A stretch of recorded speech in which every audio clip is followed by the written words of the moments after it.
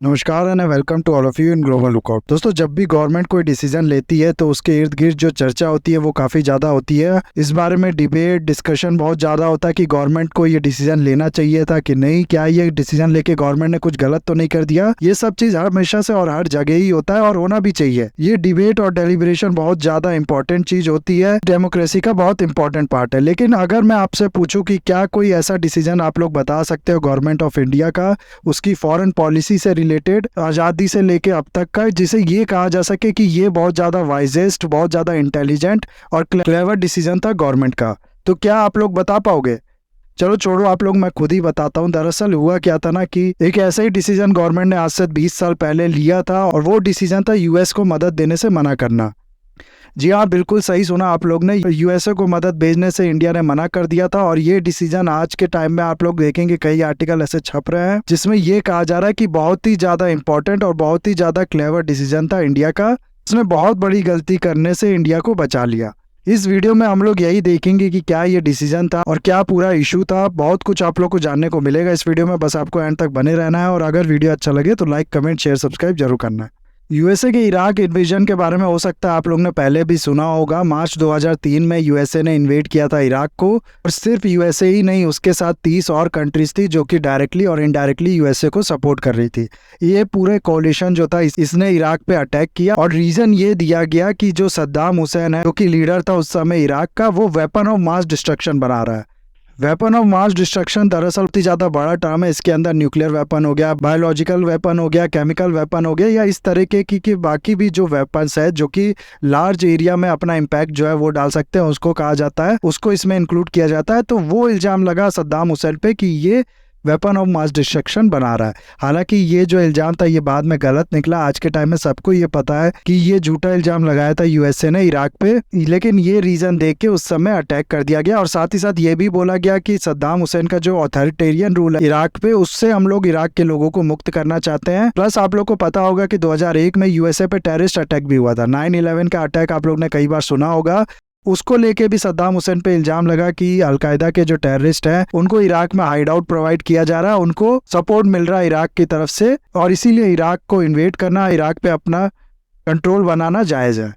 लेकिन जो real reason था वो मैं अगर आप लोग को बताऊं तो सद्दाम हुसैन जो था वो वेस्ट के द्वारा अनकंट्रोलेबल था। वो पूरा अब उसका जो ऑयल का रिसोर्स है उस पर अपना कंट्रोल रखना चाहता था, अपने हिसाब से जो डिसीजन है वो लेना चाहता था। और वेस्टर्न कंट्रीज को ये डर लगता था कि हमारा कंट्रोल जो है वो वेस्ट एशिया से अगर ख़त्म होगा तो हमारी एनर्जी सिक्योरिटी जो है वो हम लोग को महंगी पड़ेगी।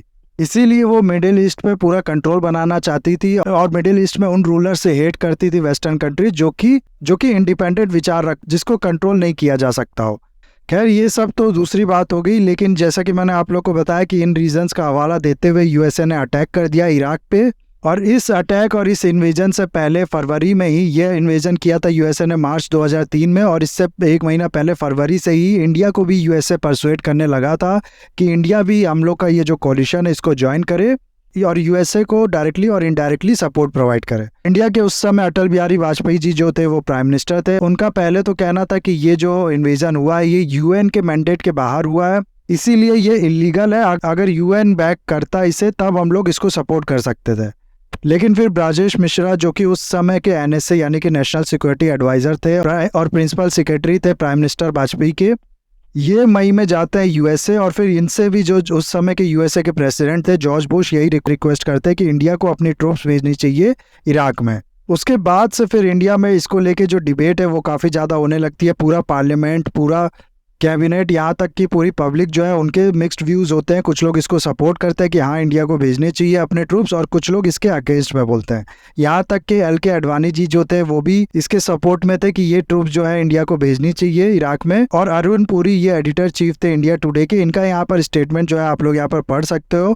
इनका कहना था कि अमेरिका के प्रेशर में नहीं बल्कि नेशनल इंटरेस्ट जो है उसके प्रेशर में इंडियन गवर्नमेंट को अपने ट्रूप जो है वो भेजने चाहिए। इस आर्गूमेंट के सपोर्ट में जो रीज़न दिया जाता था वो ये दिया जाता था कि देखो पहले तो अगर इंडिया ऐसा करता है, अपने ट्रूप्स भेजता है इराक में, तो इससे होगा क्या कि इंडिया और यूएसए के जो रिलेशन है वो बहुत ज़्यादा इंप्रूव करेंगे, जो कि इंडियन गवर्नमेंट उस समय चाहती भी थी, जिसकी वजह से इंडिया को फ्यूचर में फ़ायदा भी होगा। दूसरा फिर कहा गया कि ऐसा करके इंडिया जो है वो अपनी प्रेजेंस बना पाएगा वेस्ट एशिया में एक बड़ा प्लेयर बन पाएगा वेस्ट एशिया में, जिसकी वजह से उसकी जो एनर्जी सिक्योरिटी है वो भी इंश्योर हो पाएगी। साथ ही साथ इंडिया की जो पोजीशन है वर्ल्ड लेवल पे वो भी इम्प्रूव होगी। इंडिया को एक रिस्पॉन्सिबल कंट्री की तरह देखा जाएगा कि ये दुनिया भर के जो नीड्स है, दुनिया भर के जो इश्यूज है उनके लिए खड़ा रहता है, उनको सॉल्व करने में अपनी हिस्सेदारी जो होती है वो निभाता है।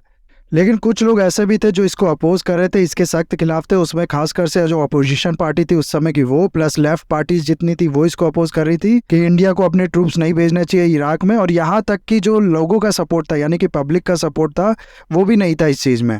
और आप लोग को बताऊं, ऐसी सिचुएशन जब भी होती है, जब भी कोई कंट्री किसी वॉर में एंटर करने जाती है, चाहे वो उसके खुद के लैंड पे हो चाहे कहीं दूर पे, तो जो उसका पब्लिक सपोर्ट है वो होना उसके साथ बहुत ज़्यादा जरूरी होता है।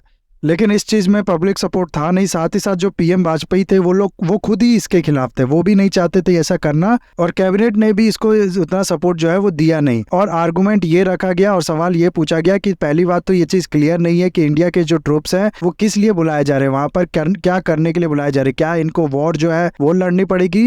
हालांकि जो वॉर है वो तो कुछ हफ्तों में ही खत्म हो गई थी, लेकिन उसके बाद हुआ क्या था कि यूएसए की जो इराक आर्मी से जब वॉर खत्म हुई तो वहां पर सेक्रेटेरियन जो टसल है वो शुरू हो गया था, यानी कि सिया और सुन्नी के बीच में जो विवाद है वो शुरू हो गया था। पूरा कंट्री, पूरा इराक इस चीज से जलने लगा था।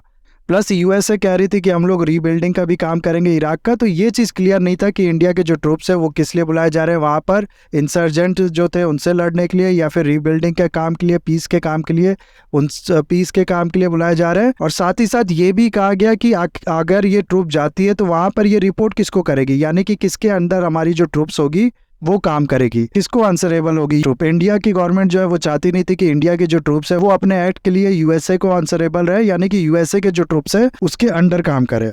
फिर जैसा कि मैंने आप लोग को बताया शुरुआत में ही कि ये आर्गुमेंट दिया जा रहा था कि ये जो वॉर है ये यूएन के मैंडेट के साथ नहीं हो रहा है, यानी कि यूएसए ने बिना यूएन के परमिशन के या यूएन का जो सपोर्ट है वो लिए ये वॉर जो है खुद से डिक्लेयर कर दिया। इसलिए इंडिया इसके भी खिलाफ था कि यूनिलैटरल इस तरीके का जो वॉर है वो नहीं डिक्लेयर करना चाहिए था, यूएन का सपोर्ट इसमें होना चाहिए था। देन कम्स की इंडिया का जो पास्ट का एक्सपीरियंस था, जैसा कि आप लोग ने मद्रास कैफे मूवी देखी होगी ना, तो उसमें जो इंडिया के ट्रूप्स है जब वो श्रीलंका में जाते हैं तो उनके पे बहुत बुरा अटैक होता है, तो वो एक्सपीरियंस इंडिया के साथ अच्छा नहीं होता है। तो इंडिया के ट्रूप्स किसी भी फॉरेन लैंड पे लड़ने का जो पास्ट एक्सपीरियंस था वो भी अच्छा नहीं था, इसलिए दोबारा रिस्क लेने में इंडियन गवर्नमेंट उतना ज़्यादा तैयार नहीं थी। तो इन्हीं सब रीज़न की वजह से बहुत ज़्यादा प्रेशर बनाने के बाद भी यूएसए गवर्नमेंट के इंडिया ने जो अपना ट्रूप्स है वो नहीं भेजे। और जुलाई में इंडियन गवर्नमेंट ने ये रिप्लाई दे दिया यूएसए को कि हम लोग अपने जो ट्रूप्स है वो नहीं भेज पाएंगे, हमें माफ़ करिए। रीज़न ये दिया गया, जैसा कि मैंने आप लोग को बताया, कि हम लोग को जो पूरा कंट्री का सपोर्ट है वो नहीं मिल पा रहा, अपोजिशन पार्टी जो है वो हम लोग को नहीं सपोर्ट कर रही है, पब्लिक जो है वो सपोर्ट नहीं कर रहा है, इसलिए इंडियन गवर्नमेंट ने डिसाइड किया है कि ये जो ट्रूप्स है हम लोग नहीं भेजेंगे इराक में। लेकिन इस चीज़ को बहुत अच्छे से टैकल भी किया गया। इस डिसीजन से खतरा ये था कि इंडिया और यूएसए के जो रिलेशन है उसमें थोड़ा बहुत दरार आ जाएगी, वो इम्प्रूवमेंट जो इंडिया चाह रही थी रिलेशन में वो नहीं हो पाएगा, और यूएसए सोचेगी कि इंडिया जो है वो कोऑपरेट करने के लिए तैयार नहीं है। लेकिन इंडियन गवर्नमेंट ने क्या किया कि अपने ट्रूप्स भेजने से मना करने के बाद भी जो इराक को लेकर डिस्कशन है उस पर चालू रखा यूएसए के साथ, जिसकी वजह से यूएसए को ये लगा कि ठीक है किसी रीजंस की वजह से अपने ट्रूप नहीं भेज रहे हैं, लेकिन हमारे साथ जो कॉपरेट है आगे भी ये लोग करना चाहते हैं। नौ सवाल यहाँ पर यह है कि इससे फ़ायदा क्या हुआ इंडिया को, क्यों इंडिया ने अपना जो ट्रूप ना भेज के, जैसा कि मैंने शुरू में बोला, बहुत ज़्यादा गलत चीज़ में फंसने से बचा लिया खुद को। और इंडिया अगर अपनी ट्रूप भेज देती तो ये गलत डिसीजन होता है। ऐसा क्यों है, देखो इसके रीज़न सबसे पहले तो मैं आप लोग को बताऊं कि जो इराक वॉर का रिजल्ट है वही आप लोग देख लो। जैसे ही यूएसए एंटर की इराक में, उसके बाद वहाँ पर सेक्रेटेरियन जो टसल था, जैसा कि मैंने आप लोग को बताया, सिया सुन्नी की लड़ाई वो शुरू हो गई थी, पूरा इराक जो था वो उसका डिस्ट्रक्शन हो गया, आईसिस जैसे ऑर्गेनाइजेशन जो है वो पनपने लगे वहाँ पर। 2011 में फाइनली यूएसए जो है उसने एग्जिट किया इराक, और तब तक इराक जो है वो पूरी तरीके से बर्बाद हो चुका था। और इस चीज़ को एक बहुत बड़ा फेलियर कहा जाता है यूएसए का। यूएसए ने कई सोल्जर्स गंवा दिए अपने, साथ ही साथ 3 ट्रिलियन ऐसा बताया जाता है कि खर्चा किया था इस पूरे एडवेंचर पे। प्लस उसके ऊपर काफ़ी इल्ज़ाम भी लग गए कि ये जो डिस्ट्रक्शन हुआ इराक का, इसके लिए पूरी तरीके से ये जिम्मेदार है। साथ ही साथ ह्यूमन राइट अब्यूज़ के भी इल्ज़ाम लगे यूएसए पे। और फिर जब ये न्यूज़ सबके सामने आई कि ये जो वेपन ऑफ मास डिस्ट्रक्शन वाली कहानी थी ये पूरी फेक थी, इस चीज़ के लिए और भी ज़्यादा क्रिटिसिज्म मिला यूएसए को। साथ ही साथ जैसा कि मैंने आप लोग बताया कि इस एलिगेशन की वजह से और अपनी फेलियर की वजह से पूरी तरीके से इमेज जो है यूएसए की वो भी इसने बिगाड़ ली। कई इन्वेस्टिगेशन हुए, इसके बाद कई रिपोर्ट छपी जिसमें यह बताया गया यूके की गवर्नमेंट ने और यूएसए की गवर्नमेंट ने और बाकी गवर्नमेंट ने भी काफ़ी ज़्यादा जल्दीबाजी दिखाई अपने एक्शन में, और साथ ही साथ बाकी ऑप्शंस नहीं खंगाले गए इसके अल्टरनेटिव कि हमें हमारे ट्रूप्स जो है वो ना भेजने पड़े और ये जो वेपन ऑफ मास डिस्ट्रक्शन की जो कहानी है वो भी सॉल्व हो जाए। हालांकि ये जो कहानी थी वही पूरी झूठी थी, लेकिन फिर भी इस तरीके की रिपोर्ट में इस तरीके की चीज़ें कही गई हैं कि यूएसए ने और यूके ने और बाकी सब कोलिशन जो थी 30 कंट्रीज़ की, इनने बिना वजह की ये जो वॉर थी इसे छेड़ा था। ऐसे में आप लोग खुद ही सोचो, इंडिया अगर इन्वॉल्व होता है इस चीज़ में तो आज के टाइम में इंडिया पे भी ये इल्ज़ाम होता, इंडिया के भी जो इमेज है उसको काफ़ी ज़्यादा चोट मिलती। साथ ही साथ जो आर्गूमेंट दिए जा रहे थे कि यूएसए से रिलेशन है वो अच्छे होंगे, वो तो हम लोग ने वैसे भी देखा कि नीड की वजह से जो रिलेशन है वो दोनों कंट्री में अच्छे हो गए हैं। यूएसए को इस समय काफ़ी ज़्यादा नीड है इंडिया की, इसीलिए एक बहुत ही इंपॉर्टेंट एलाई मानता है यूएसए इंडिया को। साथ ही साथ ये भी कहा गया था कि वेस्ट एशिया में इंडिया की प्रेजेंस बढ़ेगी या फिर इंडिया जो है वो एक ग्लोबल पावर की तरह देखा जाएगा, एक ग्लोबल जो रिस्पेक्ट है इंडिया के लिए वो बढ़ेगी। ये चीज़ हम लोग देख रहे हैं कि इस दोनों में वैसे ही इजाफा हुआ है। वेस्ट एशियन कंट्री के साथ इंडिया के रिलेशन काफ़ी इंप्रूव हुए हैं इन सालों में। साथ ही साथ ग्लोबली इंडिया को काफ़ी ज़्यादा रिस्पेक्ट मिला है, काफ़ी ज़्यादा इंपॉर्टेंस बढ़ी है इंडिया की। तो कहने का मतलब है जो भी आर्गूमेंट उस समय दिए जा रहे थे कि ये इंडिया अपने ट्रूप्स भेजेगा तो ये फ़ायदा होगा, वो सारे के सारे ही गलत निकले। इंडिया ने वो सब चीज़ अचीव कर लिया बिना अपने ट्रूप्स भेजे, जो कि कहा जा रहा था कि इंडिया ट्रूप्स भेज के अपने अचीव कर सकती है। इसीलिए आज 20 साल बाद इस तरीके के आर्टिकल काफ़ी ज़्यादा छप रहे हैं न्यूज़पेपर में कि ये जो डिसीजन था इंडिया का ये बहुत ही ज़्यादा इंपॉर्टेंट और बहुत ही ज़्यादा क्लेवर डिसीजन था। उसके बाद एक और चीज़ आप लोग को मैं बताऊं कि हाल में जब ट्रम्प प्रेसिडेंट हुआ करते थे यूएसए के, तब इनने भी काफ़ी ज़्यादा प्रेशर डाला इंडिया पे कि इंडिया जो है वो अपने सोल्जर्स भेजे अफगानिस्तान में और मिल के जो अफगानिस्तान का इशू है उसको सॉल्व करे इंडिया और यूएसए के ट्रूप्स। लेकिन इंडियन गवर्नमेंट ने इस बार भी मना कर दिया, अपने सोल्जर्स भेजने से साफ इनकार कर दिया। और इसका भी नतीजा अगर आप लोग देखो तो लगभग तो सेम ही हुआ। अफगानिस्तान से भी यूएसए जो है वो पीछे हटी, ठीक 10 साल बाद जब इराक से पीछे हटी थी। और इसको भी अफगानिस्तान के भी एडवेंचर को यूएसए का एक बड़ा फेलियर कहा जाता है।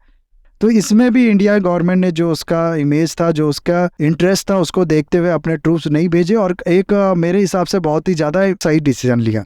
बाकी आपको क्या लगता है आप मेरे को बताइए कमेंट में। इंडिया अपने जो ट्रूप्स नहीं भेजता है बाहर किसी कंट्री पे किसी ऑपरेशन के लिए, किसी वॉर से रिलेटेड ऑपरेशन के लिए, पीस कीपिंग के लिए हालांकि भेजा है इंडिया ने, यूएन के अंदर काफ़ी बार भेजा है इंडिया ने, लेकिन किसी कंट्री के साथ सिर्फ अपने इंटरेस्ट में या कुछ म्यूचुअल इंटरेस्ट में इंडिया अपने ट्रूप्स नहीं भेजता है। ऐसा करके इंडिया सही करता है या गलत, ये मेरे को बताइएगा कमेंट में।